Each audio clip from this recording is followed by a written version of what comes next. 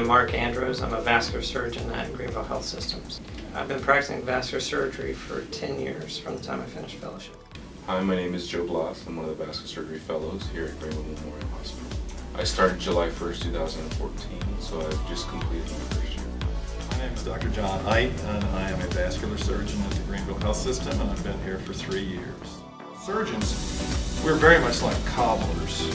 I come up to you, and I feel your feet, and I check them out, and I try to make a pair of shoes that fit you very well. I enjoy doing fixing aortic aneurysms. I enjoy the newer, less invasive way of fixing stent grafts. And the reason is it's a life-threatening problem that if you don't fix may ultimately cost the patient their life. And many times they don't even know they have it, until it's found, and then we find ways to fix it that are much better for the patient than the old operation. When I started my training, everybody got the old-fashioned operation. Everybody was in the ICU for 2 or 3 days, and in the hospital 7 to 10 days. That transition to the person who the next morning is sitting up eating pancakes and bacon and discharged by lunchtime. My favorite procedure to perform is probably an open abdominal aortic aneurysm. It is, for all intents and purposes, the highest risk, highest reward type of surgery that we have. We can do it for different pathologies, from people with aneurysms to people with aortoiliac occlusive disease. It's technically challenging. Not every patient is the same. It requires a general sense of everything that goes on with the patient, not only operatively, but also with the anesthesia, their comorbidities. And in general, when those patients make it through there, it gives me a sense of pride to see them walking around, because it's one of the biggest surgeries that you could ever have. So I think the biggest challenge we face today is trying to balance the minimally invasive with the maximally invasive operations. As the population ages, and all the health problems that come along with advanced age, knowing the right thing to do for those patients. I think the balloon and minimally invasive technology will help with some of that. Some of it's us figuring out what's the right thing to do for the right person. And I think that the technology really is pushing the envelope as to what we can do in today's era.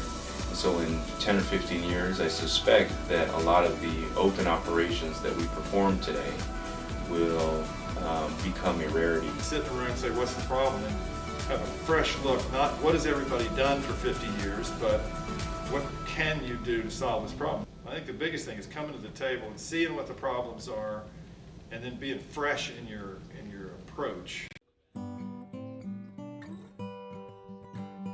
Are the tools that are available now effective for the worst case scenario things? It actually is a good question, because what we've tended to focus on, obviously when you're developing a product, is you want big markets. It's one of the urgencies that we run into is the ruptured aneurysm. And to treat a ruptured aneurysm, one of the techniques is to take a balloon, stick it in the groin, put it up in the aorta, inflate it so that you stop bleeding below this level of the balloon. And the currently available devices are not very good, because you have to take a needle, you have to put it in, and you have to look with fluoroscopy to figure out where the balloon is, and then you have to put a sheath in, and it's multiple steps and several potential failure points. And a better technique for putting in an emergency balloon would be a good idea, because we don't really have a good tool that solves that right now. And that's really an engineering issue. When we do the IVC filters, the filters that you can take out, the retrievable filters, is probably where there's the most potential for growth. How do you get a filter that sits where you want it to sit and stays where you want it to sit for the right amount of time, but then comes out very easily? And we're looking at a two-dimensional picture, but don't have a real sense of where we're at relative to the tip of that cone. We watch the device go in, and as we collapse the device around the filter, we look at that under X-ray guidance, and we use the feel of how that device responds as we collapse it down. And when you're trying to train people to do it, training touch is the hard, it's impossible. It's impossible to train touch. Experience gets some people there, but not all. So when we're doing an IVC filter retrieval or removing the vena cava filter, the things that we look for are torqueability and steerability. And torqueability for us just means that as we deliver the device, we can push it to a certain degree and then twist it, the steerability, to grab the tip of that ice cream cone of the vena cava filter. The one specific thing that I think could hold back us from getting to the next level are the closure devices. We're very facile in working inside the blood vessel, but when we are done with the procedure and we need to close the hole that we've made, the closure devices at our disposal right now aren't 100% successful.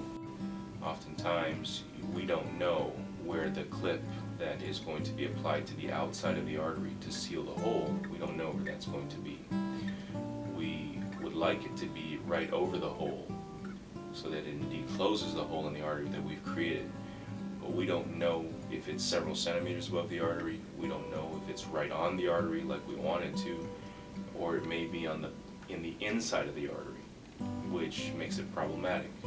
So not having a consistent delivery system and deployment system means that the operator has to gain a lot of experience in order to become facile at it. And in order to do that, you've got to do it every single day, multiple times per day. My least favorite procedure is probably dialysis access. Dialysis access is my least favorite operation to do. So do I have a least favorite procedure? And I would guess, I'm not real fond of dialysis access, as you might have guessed. The patients are all very thankful for what you do, but the operation doesn't last that long. You always know that there's going to be another step down the road that you'll have to be dealing with. The scenario is never perfect. The operation can go very smoothly, and you can have the worst outcome from a perfect operation, and it's of no blame to your procedure or your plan. It just happens to be the patients come in very sick. They come in with limited veins and access already, and then you're trying to create a conduit for them to get long-term dialysis, which requires a large vein, high flow, and to create that scenario in somebody who's very sick can be challenging. It can be a little disheartening to know that you've done a very good operation, intended very well for this procedure and for this patient, and yet the outcome is that they're going to be subjected to another procedure moving forward, and many others actually. This has been a very positive experience, I think, for everyone involved. When you talk about a program like the DeFINE program and trying to sit down and really think about, okay, what is it that I need? What is it that this specialty would benefit from? It's easy to get inundated with just the day-to-day of what we do every day and not think, what about the future? What can we do to make the future for our specialty better? We had a group of students who were very interested in what we did, and that always makes it easier. Our overall reaction with the DeFINE program is very good. I think we have smart students. I think they ask provocative questions. I think they are eager and enthusiastic about processes, technologies. I think putting to me, the getting on the ground, having some real, being embedded with clinicians is a great opportunity for you guys to help to hone your skills and design projects that would be clinically relevant. Because that's the big problem, I think, most of the time is you're in isolation. You don't know what's important clinically. By being over here on the ground and seeing things, you're not dependent on translators like me to tell you what's important. You can see with your own two eyes. Ooh, that's a problem.